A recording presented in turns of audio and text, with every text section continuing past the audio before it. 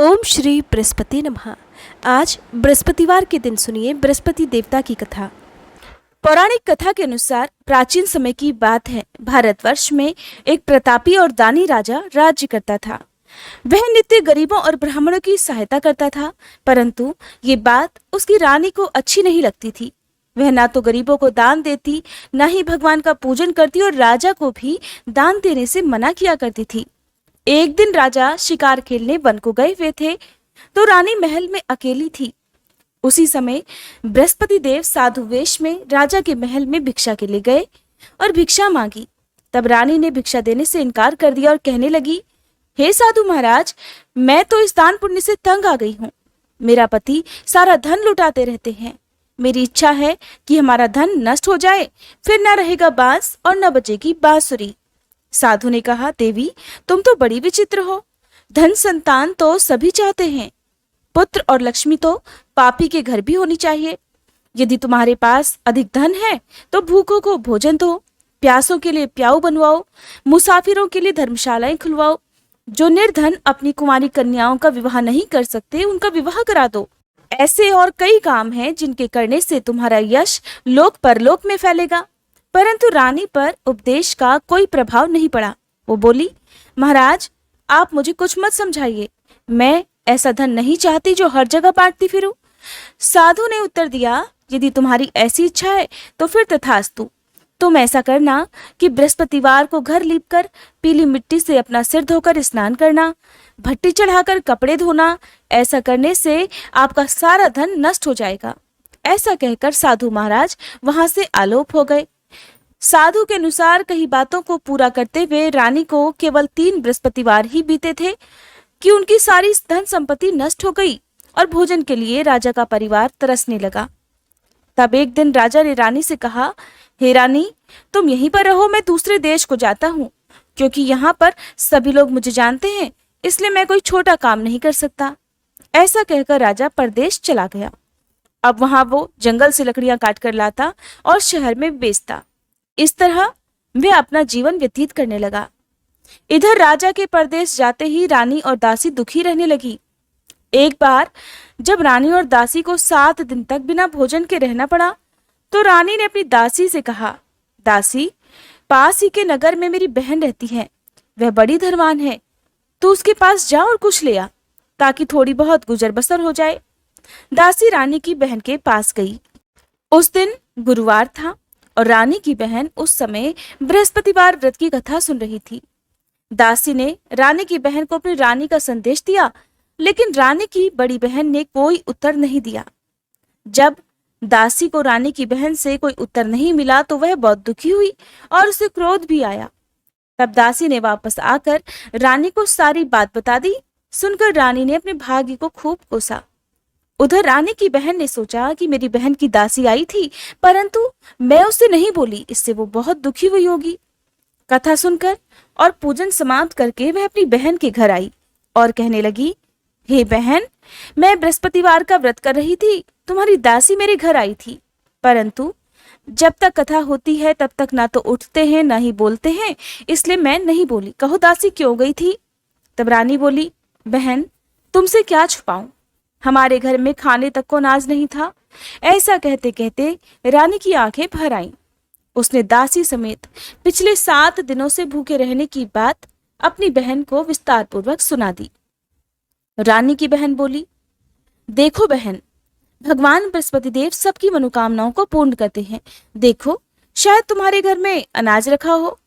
पहले तो रानी को विश्वास नहीं हुआ, पर बहन के आग्रह करने पर उसने अपनी दासी को अंदर भेजा तो उसे सचमुच अनाज से भरा एक घड़ा मिल गया।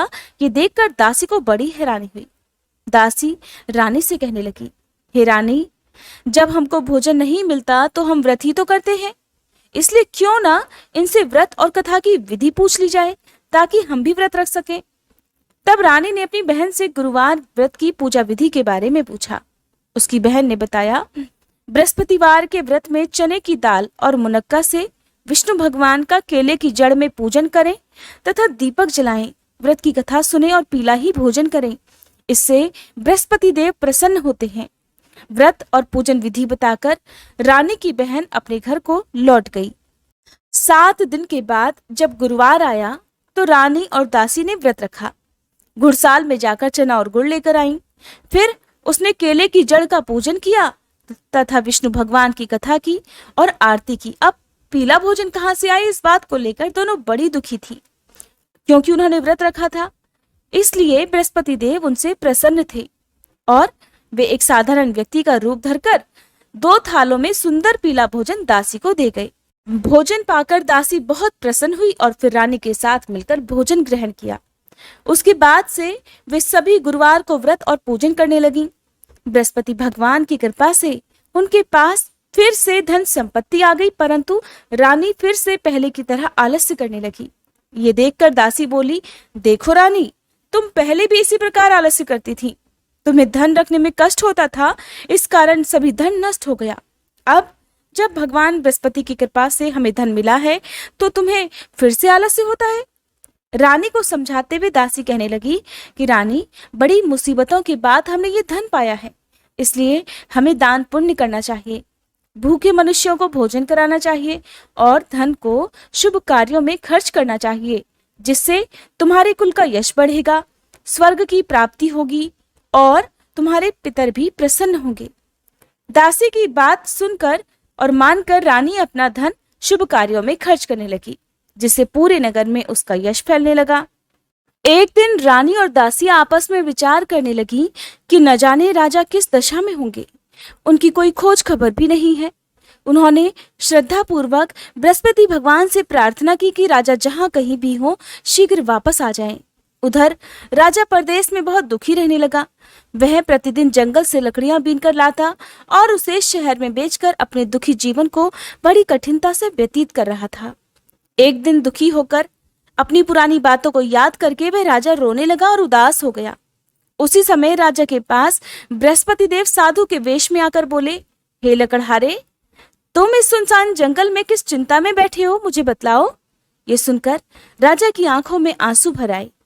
साधु की वंदना कर राजा ने अपनी संपूर्ण कहानी सुना दी। महात्मा दयालु होते हैं। वे राजा से बोले, हे राजा, तुम्हारी पत्नी ने बृहस्पति देव के प्रति अपराध किया था, जिसके कारण तुम्हारी ये दशा हुई। अब तुम चिंता मत करो, भगवान तुम्हें पहले से भी अधिक धन देंगे। देखो, तुम्हारी पत्नी ने बृहस्पतिवार का व्रत आरंभ कर दिया है।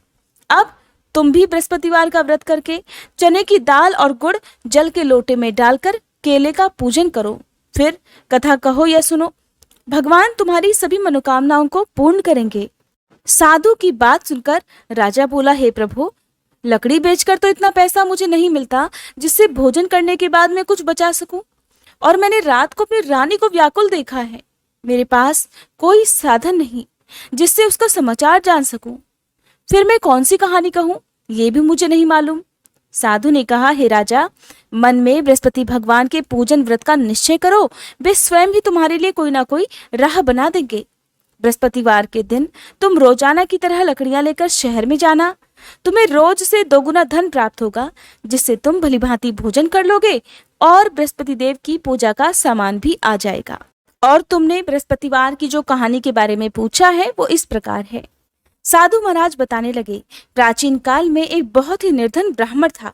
उसकी कोई संतान नहीं थी। वह नित्य पूजा पाठ करता, लेकिन उसकी स्त्री न स्नान करती और न ही किसी देवता का पूजन करती, जिस कारण ब्राह्मण देवता बड़े दुखी रहा करते थे। भगवान की कृपा से ब्राह्मण के यहाँ एक कन्या उत्पन्न हुई। वह कन्या धीरे धीरे बड़ी होने लगी। प्रातः स्नान करके वह भगवान विष्णु का जप करती, बृहस्पतिवार का व्रत भी रखने लगी। पूजा पाठ समाप्त कर पाठशाला जाती तो अपनी मुट्ठी में जौ भरकर ले जाती और पाठशाला के मार्ग में डालती जाती। लौटते समय वही जौ स्वर्ण के हो जाते तो उन्हें बीन कर घर ले आती। एक दिन वह बालिका सूप में सोने के जौ को फटक कर साफ कर रही थी। तभी उसकी माँ ने देख लिया और कहने लगी, बेटी, सोने के जौ को फटकने के लिए सोने का सूप भी तो होना चाहिए। दूसरे दिन गुरुवार था। कन्या ने व्रत रखा और बृहस्पति देव से सोने का सूप देने की प्रार्थना की। बृहस्पति देव ने उसकी प्रार्थना स्वीकार कर ली। रोजाना की तरह वह बालिका जौ फैलाती हुई पाठशाला गई। पाठशाला से लौटकर जब वह जौ बीन रही थी तो बृहस्पति देव की कृपा से उसे सोने का सूप भी मिल गया। उसे वह घर ले आई और उससे जौ साफ करने लगी, परंतु उसकी माँ का वही ढंग रहा। एक दिन की बात है, वह कन्या सोने के सूप में जौ साफ कर रही थी। उसी समय उस नगर का राजकुमार वहां से निकला। कन्या के रूप और काम को देखकर वह उस पर मोहित हो गया। राजमहल आकर वह भोजन और जल त्याग कर उदास होकर लेट गया। राजा को जब राजकुमार द्वारा अन्न जल त्यागने का समाचार मिला तो अपने मंत्रियों के साथ वह अपने पुत्र के पास गया और कारण पूछा। राजकुमार ने राजा को उस लड़की के घर का पता भी बतला दिया। तब मंत्री उस लड़की के घर गया। मंत्री ने ब्राह्मण के सामने राजा की ओर से निवेदन किया। कुछ ही दिनों बाद ब्राह्मण की कन्या का विवाह राजकुमार के साथ संपन्न हो गया। उधर कन्या के घर से जाते ही ब्राह्मण देवता के घर में पहले की भांति गरीबी का निवास हो गया। फिर एक दिन दुखी होकर वह ब्राह्मण अपनी पुत्री से मिलने गया। बेटी ने पिता की अवस्था को देखा और अपनी माँ का हाल पूछा तो ब्राह्मण ने सभी हाल कह सुनाया। तब कन्या ने बहुत सारा धन देकर अपने पिता को विदा कर दिया। लेकिन कुछ दिनों के बाद फिर वही हाल हुआ। ब्राह्मण फिर अपनी कन्या के यहाँ गया और सभी हाल कहा तो पुत्री बोली, हे पिताजी, अब की बार आप माता जी को यहाँ लिवा लाओ। मैं उन्हें वह विधि बता दूंगी जिससे गरीबी दूर हो जाए। ब्राह्मण देवता अपनी पत्नी को साथ लेकर अपनी पुत्री के पास राजमहल पहुंचे तो पुत्री अपनी माँ को समझाने लगी, हे माँ, तुम प्रातःकाल स्नानादि करके विष्णु भगवान का पूजन करो तो सब दरिद्रता दूर हो जाएगी। परंतु उसकी माँ ने उसकी एक भी बात नहीं मानी। वह प्रातःकाल उठकर अपनी पुत्री की बची जूठन को खा लिया करती थी। एक दिन उसकी पुत्री को बहुत गुस्सा आया और उसने अपनी माँ को एक कोठरी में बंद कर दिया। प्रातःकाल उसे स्नानादि कराकर पूजा पाठ करवाया तो उसकी माँ की बुद्धि ठीक हो गई। इसके बाद वह नियम से पूजा पाठ करने लगी और हर बृहस्पतिवार को व्रत भी करने लगी। इस व्रत के प्रभाव से मृत्यु के बाद वह स्वर्ग को गई। वह ब्राह्मण भी सुख पूर्वक इस लोक का सुख भोग कर स्वर्ग को प्राप्त हुआ। इस तरह कहानी कहकर साधु बने बृहस्पति देव वहां से आलोप हो गए। धीरे धीरे समय बीतने पर फिर वही बृहस्पतिवार का दिन आया। राजा जंगल से लकड़ी काटकर शहर में बेचने गया। उसे उस दिन और दिनों से अधिक धन मिला। राजा ने चना, गुड़ आदि लाकर बृहस्पतिवार का व्रत किया। उस दिन से उसके सभी क्लेश दूर हुए। परंतु जब अगले गुरुवार का दिन आया तो वह बृहस्पतिवार का व्रत करना भूल गया। इसी कारण बृहस्पति भगवान नाराज हो गए। उस दिन उस नगर के राजा ने विशाल यज्ञ का आयोजन किया था तथा अपने समस्त राज्य में घोषणा करवा दी कि सभी मेरे यहाँ भोजन करने आए, किसी के घर चूल्हा ना जले। इस आज्ञा को जो न मानेगा उसको फांसी की सजा दी जाएगी। राजा की आज्ञा अनुसार राज्य के सभी लोग राजा के भोज में आमंत्रित हुए, लेकिन लकड़हारा कुछ देर से पहुंचा, इसलिए राजा उसे अपने साथ महल में ले गए। जब राजा लकड़हारे को भोजन करा रहे थे तो रानी की दृष्टि उस खूंटी पर पड़ी जिस पर उसका हार लटका हुआ था। उसे हार खूंटी पर लटका हुआ दिखाई नहीं दिया। रानी ने सोचा कि मेरा हार इसी लकड़हारे ने चुरा लिया है और उसी समय सैनिकों को बुलवाकर उसे जेल में डलवा दिया। लकड़हारा जेल में विचार करने लगा कि न जाने कौन से पूर्व जन्म के कर्मों से मुझे ये दुख प्राप्त हुआ है, और जंगल में मिले साधु महाराज को याद करने लगा। तत्काल बृहस्पति देव साधु के रूप में प्रकट हो गए और कहने लगे, अरे मूर्ख, तूने बृहस्पति देवता की कथा नहीं की, उसी कारण तुझे ये दुख प्राप्त हुआ है। अब चिंता मत कर, बृहस्पतिवार के दिन जेल खाने के दरवाजे पर तुझे 4 पैसे पड़े मिलेंगे। उनसे तू बृहस्पतिवार की पूजा करना तो तेरे सभी कष्ट दूर हो जाएंगे। अगले बृहस्पतिवार को उसे जेल के द्वार पर 4 पैसे पड़े मिले। तब राजा ने पूजा का सामान मंगवाकर कथा कही और प्रसाद बांटा। उसी रात में बृहस्पति देव ने उस नगर के राजा को स्वप्न में कहा, हे राजा, तूने जिसे जेल में बंद कर दिया है उसे कल छोड़ देना, वह निर्दोष है, वह राजा है। राजा प्रातःकाल उठा और खूंटी पर हार टंगा देखकर लकड़हारे को बुलाकर क्षमा मांगी तथा राजा को योग्य सुंदर वस्त्र आभूषण देकर उसे विदा कर दिया। बृहस्पति देव की आज्ञा अनुसार राजा अपने नगर को चल दिया। राजा जब नगर के निकट पहुंचा तो उसे बड़ा ही आश्चर्य हुआ। नगर में पहले से अधिक बाग, तालाब और कुएं तथा बहुत सी धर्मशालाएं, मंदिर आदि बने हुए थे। राजा ने पूछा, ये किसका बाग और धर्मशाला है? तब नगर के सभी लोग कहने लगे, ये सब तो रानी और दासी ने बनवाए हैं। राजा को यह सुनकर आश्चर्य हुआ और गुस्सा भी आया कि उसकी अनुपस्थिति में रानी के पास इतना धन कहाँ से आया होगा।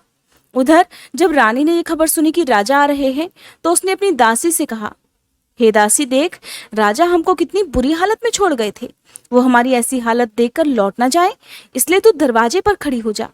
रानी की आज्ञा अनुसार दासी दरवाजे पर खड़ी हो गई और जब राजा आए तो उन्हें अपने साथ महल में लिवा लाई। तब राजा ने क्रोध करके अपनी तलवार निकाली और पूछने लगा, बताओ ये धन तुम्हें कैसे प्राप्त हुआ है। तब रानी ने सारी कथा कह सुनाई। सुनकर राजा ने निश्चय किया कि मैं रोजाना दिन में 3 बार कहानी कहा करूंगा और रोज व्रत किया करूंगा। अब हर समय राजा के दुपट्टे में चने की दाल बंधी रहती तथा दिन में 3 बार कथा कहता। एक रोज राजा ने विचार किया कि चलो अपनी बहन के यहाँ हो आऊं।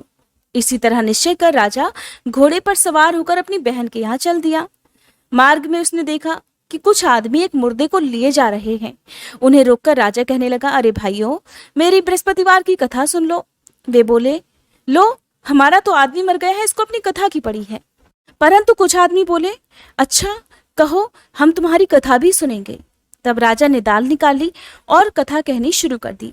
जब कथा आधी हुई थी तो वह मुर्दा हिलने लगा और जब कथा समाप्त हुई तो वह मनुष्य राम राम करके उठ खड़ा हुआ। राजा आगे बढ़ा। उसे चलते चलते शाम हो गई। रास्ते में एक किसान खेत में हल चलाता मिला। राजा ने उससे भी कथा सुनने का आग्रह किया, लेकिन वह नहीं माना। कहने लगा, जा अपनी कथा किसी और को सुनाना। जब तक तेरी कथा सुनूंगा तब तक 4 हरैया जोत लूंगा। सुनकर राजा आगे बढ़ा। राजा के हटते ही उसके बैल पछाड़ खाकर गिर गए तथा किसान के पेट में बहुत जोर से दर्द होने लगा। उसी समय किसान की माँ रोटी लेकर आई। उसने जब देखा तो अपने बेटे से सब हाल पूछा। बेटे ने सभी हाल बता दिया। बुढ़िया दौड़ी दौड़ी उस घुड़सवार के पास पहुंची और उससे बोली, बेटा, मैं तेरी कथा सुनूंगी, तू अपनी कथा मेरे खेत पर ही चलकर कहना। तब राजा ने लौटकर बुढ़िया के खेत पर जाकर कथा कही, जिसको सुनते ही बैल खड़े हो गए तथा किसान के पेट का दर्द भी बंद हो गया। अब राजा अपनी बहन के घर पहुंच गया। बहन ने भाई की खूब मेहमानी की। दूसरे रोज प्रातःकाल राजा जगा तो वह देखने लगा कि सभी लोग भोजन कर रहे हैं। राजा ने अपनी बहन से पूछा, ऐसा कोई मनुष्य है जिसने भोजन ना किया हो, जो मेरी बृहस्पतिवार की कथा सुन ले। बहन बोली, हे भैया, ये देश ऐसा ही है। यहाँ लोग पहले भोजन करते हैं, बाद में कोई अन्य काम करते हैं। शायद कोई पड़ोस में हो तो देखकर आती हूँ। ऐसा कहकर वह एक कुम्हार के घर गई। पता चला उसका लड़का बीमार था। उसके यहाँ 3 रोज से किसी ने भोजन नहीं किया है। रानी ने अपने भाई की कथा सुनने के लिए कुम्हार से कहा तो वह तैयार हो गया। राजा ने जाकर बृहस्पतिवार की कथा कही, जिसको सुनकर उसका लड़का ठीक हो गया। अब तो राजा की प्रशंसा होने लगी। एक दिन राजा ने अपनी बहन से कहा, बहन, अब मैं अपने घर जाऊंगा, तुम भी तैयार हो जाओ। राजा की बहन ने अपनी सास से अपने भाई के यहाँ जाने की आज्ञा मांगी। सास बोली, हाँ चले जा, मगर अपने लड़कों को मत लेकर जाना, क्योंकि तेरे भाई की कोई संतान नहीं होती है। बहन ने अपने भाई से कहा, भैया, मैं तो चलूंगी, मगर कोई बालक नहीं जाएगा। तब राजा ने कहा, जब बालक ही नहीं जाएंगे तो तुम भी जाकर क्या करोगी। और इस तरह दुखी मन से राजा अपने नगर को लौट आया। राजा ने अपनी रानी से सारी कथा बताई और बिना भोजन किए वह शैया पर लेट गया। रानी बोली, हे प्रभु, बृहस्पति देव ने हमें सब कुछ दिया है, वे हमें संतान अवश्य देंगे। उसी रात बृहस्पति देव ने राजा को स्वप्न में कहा, हे राजा, उठ, सभी सोच त्याग दे, तेरी रानी गर्भवती है। राजा को ये जानकर बहुत खुशी हुई और ठीक 9वें महीने रानी के गर्भ से एक सुंदर पुत्र पैदा हुआ। तब राजा बोला, हे रानी, स्त्री बिना भोजन के रह सकती है, परंतु बिना कहे नहीं रह सकती। जब मेरी बहन आए तो तुम उससे कुछ मत कहना। रानी ने हाँ कर दी। जब राजा की बहन ने ये शुभ समाचार सुना तो वह बहुत खुश हुई तथा बधाई लेकर अपने भाई के यहाँ आई।